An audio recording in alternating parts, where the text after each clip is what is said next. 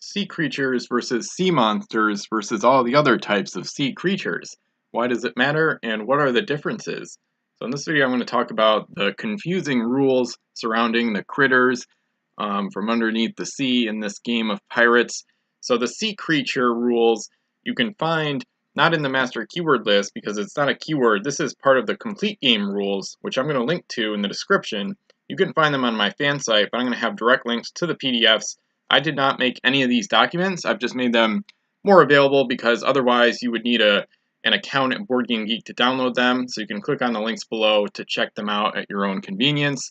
Sea creatures appear in the complete game rules. Sea creatures are game pieces that act like ships in the game. Each sea creature has a keyword, however, that describes the ways that creature is different from ships. And we'll see the master keyword list in a moment. So when a sea creature has no segments, it's eliminated. Sea creatures can't be rammed, pinned, or boarded, nor can they ram, load treasure, tow, or be assigned crew. Sea creatures can only be given move and shoot actions. And the other things are just kind of generic. Measure a sea creature's movement from anywhere on its base. So as opposed to the different keywords. So this is the pirate code on page 5 from Wolf.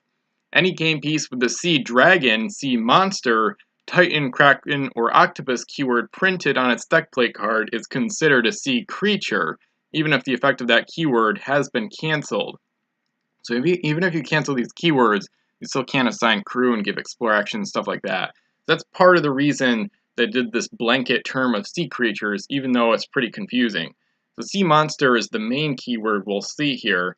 Sea creatures is just a subset of rules around all these critters, basically, all the different creatures, rather than one type.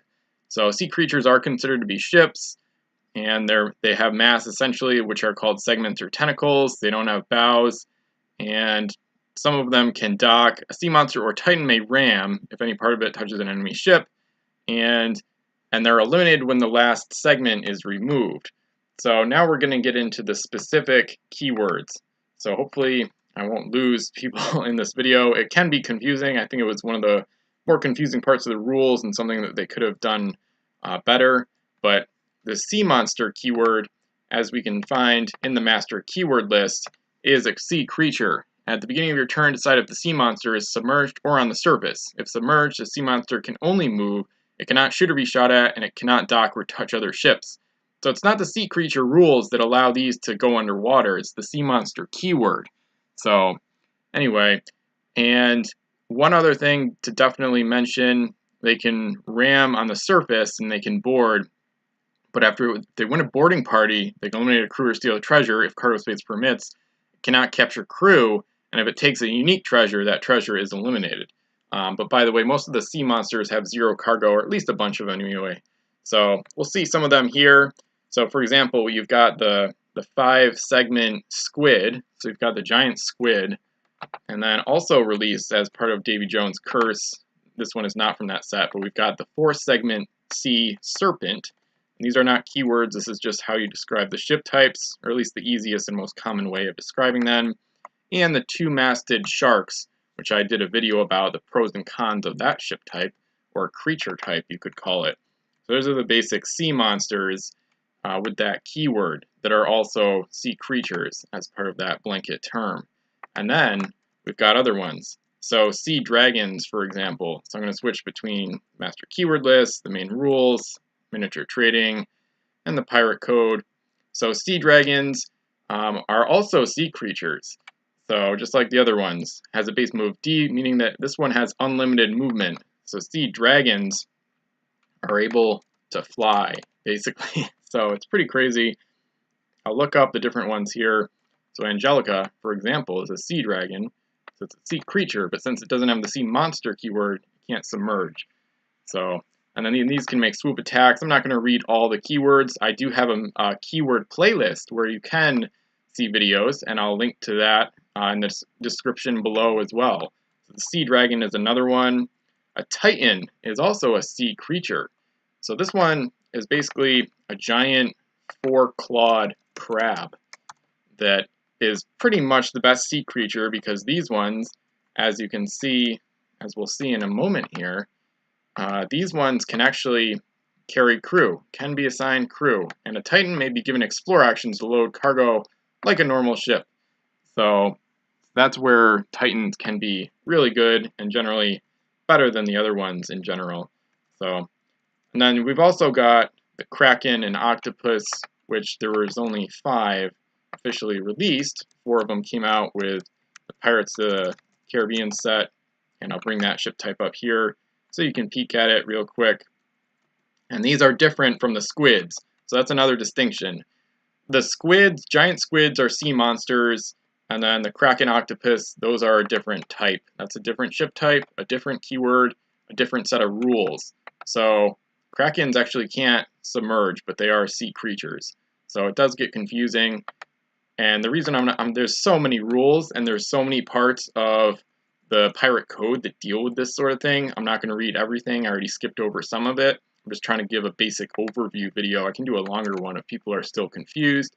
But basically, all these keywords are under the sea creature blanket term, and you still need to consider them sea creatures if the keyword is canceled. So sea creatures can't be rammed, pinned, or boarded, or can they ram, load treasure, tow, or be assigned crew. Sea creatures can only be given move and shoot actions. And then the individual keywords sometimes give some exceptions to those rules. So that's why it can be confusing, but that's part of the why they had to do the sea creature rules as well. So you can look in the pirate code at your leisure. You can see the sea dragon keyword entry in the pirate code is gigantic just by itself. So that just starts to give you an idea of all the rules questions that could come up. There is a rules thread at Miniature Trading. Wolf is at Miniature Trading pretty much every day, or at least checks in. So he knows more about the rules than anybody, including me. So he's the one to go to. He's the authority there on the rules. He was the rules arbitrator, basically worked for WizKids back in the day when the game was still in production. So he knows everything you need to know about this stuff. But this was a basic overview video. So if you have questions, feel free to ask them below. I guess the question today would be, do you understand the distinction between sea creatures and the keywords that make up that term? Post any questions you have in the comments below. I could try to elaborate or do a longer video on it. It does get confusing, and I've been confused about this stuff in the past, so don't feel bad if there's still some lingering confusion. And like I said, the sea creature rules are on the first few pages of the complete game rules. So, and I'll have a link to that. I'll have a link to the master keyword list, and I'll have a link to the pirate code as well. I could link to the miniature trading database so you can see the different types as well, along with, of course, the videos. So I've got videos on each different keyword. So all the sea creature keywords have specific videos. So I'll link to the master keyword playlist and probably have some of those videos as part of the end screen for this video.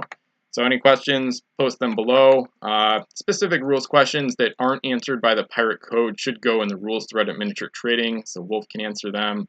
He knows more than I about that sort of thing, especially, look in the pirate code first. That's what I always say. It's 64 pages, and he did just release a new version December 2016.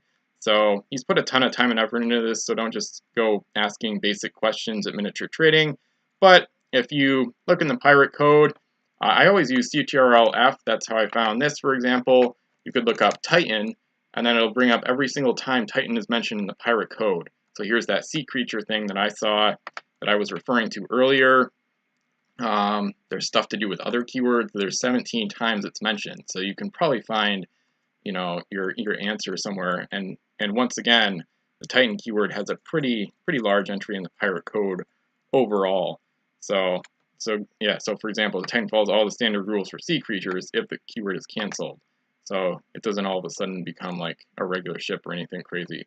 So that's part of why they had to have the sea creature rules, or at least something to refer to that. I think they could have done it better, but anyway. So if you have questions, look in the pirate code first, and that applies to everything, of course, not just sea creature stuff. But it is a confusing part of the rules, so I'd understand if there were still questions, and I might have questions about it that aren't answered by the code either. So anyway, thanks for watching this video. Let me know if you still have questions about the distinctions here, and always let me know what kinds of videos you'd like me to make. So stay tuned for more Pirates content, like and subscribe, and I'll see you again soon.